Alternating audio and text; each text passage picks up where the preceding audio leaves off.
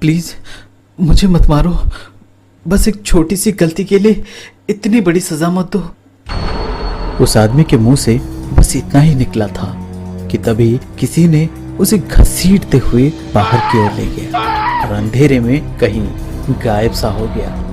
कुछ दूर तक सुनाई दे रही थी तो सिर्फ उसकी चीखें। अगली सुबह उस आदमी की लाश बुरी तरह से नोचा घसीटा हुआ हाईवे के नजदीक पड़ी हुई मिली।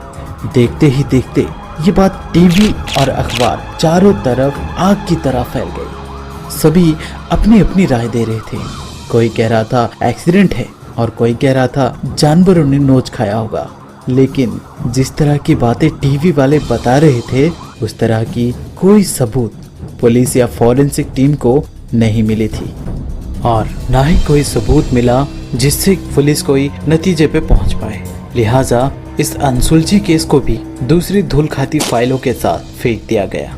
इस बात को कुछ दिन बीत चुके थे जब एक दिन अचानक एक आदमी भागता हुआ पुलिस स्टेशन आ पहुंचा। वो आदमी दिखने में तो ठीक ठाक था पर पता नहीं क्यों वो बहुत घबराया हुआ था। इंस्पेक्टर ने उस आदमी को बिठाकर उसे पानी पिलाया और उससे माजरा क्या है पूछने पे उस आदमी ने बताया, मेरा नाम कबीर है सर। कुछ दिन पहले जो लाश हाईवे के पास मिली थी वो मेरे दोस्त विवेक की थी। हम दोनों एक ही ऑफिस में काम करते थे, यहाँ तक कि दोनों एक ही फ्लैट में भी रहते थे। ये सब उसी दिन से शुरू हुआ। उस दिन विवेक और कबीर दोनों ऑफिस के काम से जयपुर गए हुए थे। लौटते वक्त रात हो चुकी थी। हाईवे भी सुनसान था, इसलिए विवेक हाईवे पर गाड़ी बहुत तेजी से दौड़ा रहा था। तभी सड़क के मोड़ पर उन दोनों को एक आदमी खून से लथपथ तड़पता हुआ दिखा। इंसानियत के नाते गाड़ी रोककर विवेक और कबीर दोनों उसकी मदद के लिए उतरे। दोनों ने उस आदमी को उठाकर अपने साथ गाड़ी में अस्पताल की ओर लेकर के जाने लगे थे कि तभी खून ज्यादा बहने से उस आदमी की रास्ते में ही मौत हो गई। यार विवेक, ये तो मर गया यार। इसे इस हाल में अस्पताल लेकर जाएंगे तो लोग हमें ही शक की निगाह से देखेंगे। खामोखा पुलिस केस में फंस जाएंगे यार। विवेक गाड़ी रोककर उस आदमी के सांसें और नफ्स चेक करने लगा। हाँ यार, सच में मर चुका है। तो तू एक काम कर, पकड़ इसे। तू गाड़ी में जा, मैं 2 मिनट में आता हूँ।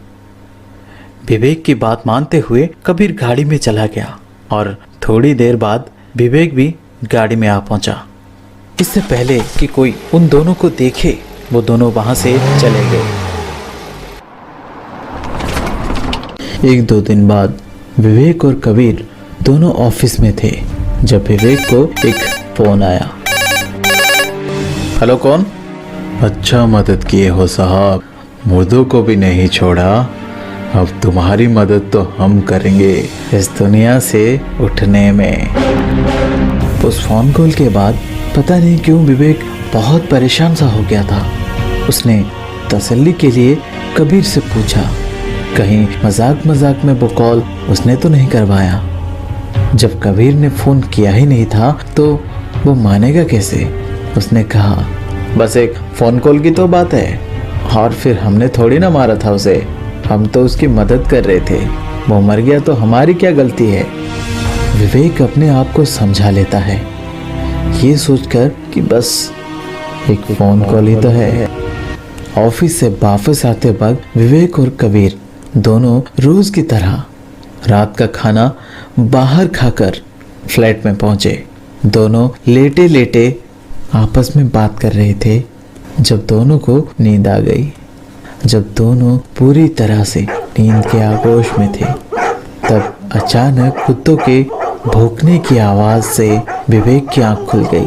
विवेक पलंग से उतरकर आंखों को मलते हुए खिड़की पर से झांका तो उसने देखा घर के सामने कुछ कुत्ते भौंकते ही जा रहे थे। उसने गुस्से में अपना जूता उठाकर उन कुत्तों पर फेंका उन्हें भगाने के लिए, लेकिन कुत्ते वहां से थोड़ी दूर आगे जाके फिर से उसी ओर देखकर भौंकने लगे।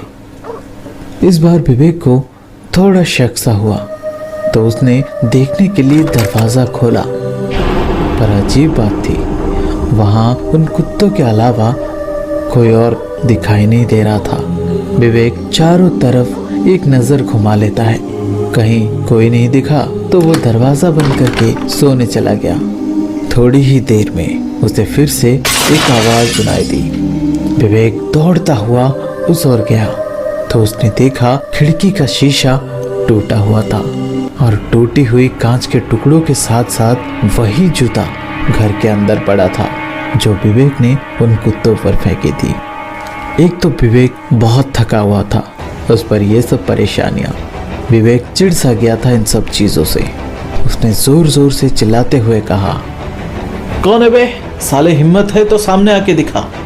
इतना कहते ही विवेक को कोई उस पेड़ के पीछे से निकलकर दरवाजे तक आता हुआ दिखा।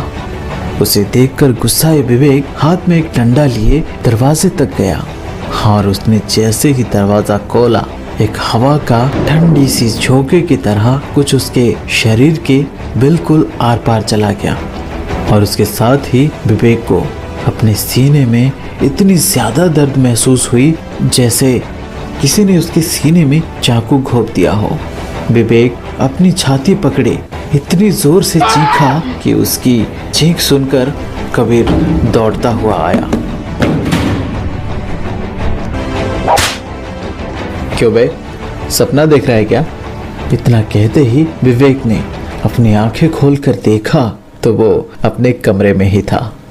अपने आप को कमरे में पाकर विवेक मन ही मन अपने आप पर ही हंसा। उसके अगले दिन सुबह जब विवेक उठा तो कबीर जल्दी जल्दी से तैयार हो रहा था कहीं जाने के लिए। विवेक ने पूछा तो उसने कहा, वो यार पापा की तबीयत अचानक खराब हो गई है, मैं गांव जा रहा हूँ, 2 दिनों में वापस आ जाऊंगा। ये बोलकर कबीर वहां से चला गया। उस रात विवेक रोज की तरह घर पहुंचकर फ्रेश होने बाथरूम चला गया, लेकिन उस रात विवेक के बाथरूम में घुसते ही उसे ऐसा लगा जैसे कोई जूते पहने पूरे घर में घूम रहा हो। एक तो विवेक घर पर अकेला था और फिर कबीर भी गांव गया हुआ था, तो फिर घर में कौन घुस सकता है। देखने के लिए विवेक जब बाथरूम से बाहर निकला तो उसने देखा घर में कहीं कोई नहीं दिख रहा था, पर चलने की आवाज अभी भी साफ साफ सुनाई दे रही थी।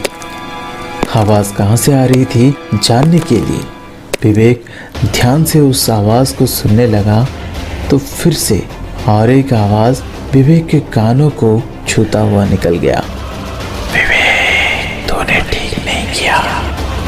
ये सुनकर विवेक चौंकता हुआ अपने आसपास देखने के लिए मुड़ा तो उसने देखा नीचे फर्श पर एक लाल रंग का मोटी लकीर जैसा कुछ उसके कमरे की ओर गया हुआ था।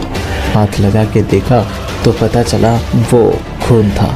विवेक उस निशान को फॉलो करता हुआ उसके कमरे तक गया तो उसने देखा पलंग पर जो गद्दा पड़ा था वो सरका हुआ था। विवेक दौड़कर उस पलंग के पास गया और पागलों की तरह कुछ ढूंढते हुए, ये नहीं हो सकता, वो मेरा है। तभी किसी ने पीछे से कहा, चुराई हुई चीज कभी अपना नहीं होता। इतना सुनते ही विवेक कुछ बोले या कुछ करे इससे पहले किसी ने विवेक को पैरों से पकड़कर खींचता हुआ तेजी से ले गया। विवेक अपने आप को बचाने की कोशिश में अपना हाथ पैर मारने लगा तो शायद वो उसके हाथ से छूट गया।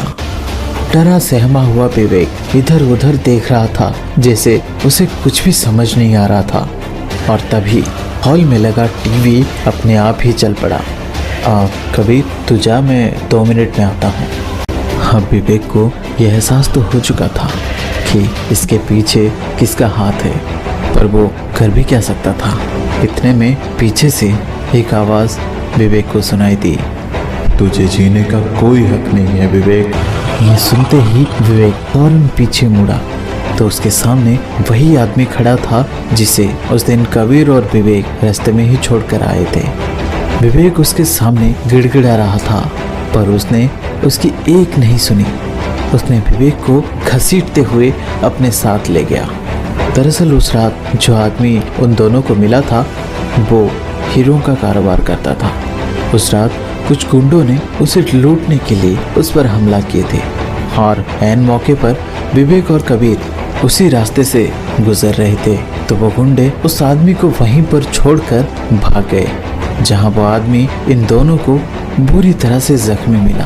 पर शर्म की बात तो ये थी कि यहाँ भी लालच के आगे इंसानियत घुटनी टेकती नजर आई। दोनों उसे अस्पताल लेकर जा रहे थे कि खून ज्यादा बहने की वजह से वो आदमी बेहोश हो गया था और जब विवेक उसकी नब्ज चेक कर रहा था तब उसे पता चला कि उसके जेब में हीरे थे। उसने उसे जानबूझकर मरा हुआ बताया और उस पर अपना हाथ साफ करके उस आदमी को सड़क के पास वाले जंगल में फेंक कर चला गया और वो आदमी रात भर तड़प तड़प कर अपना दम तोड़ दिया।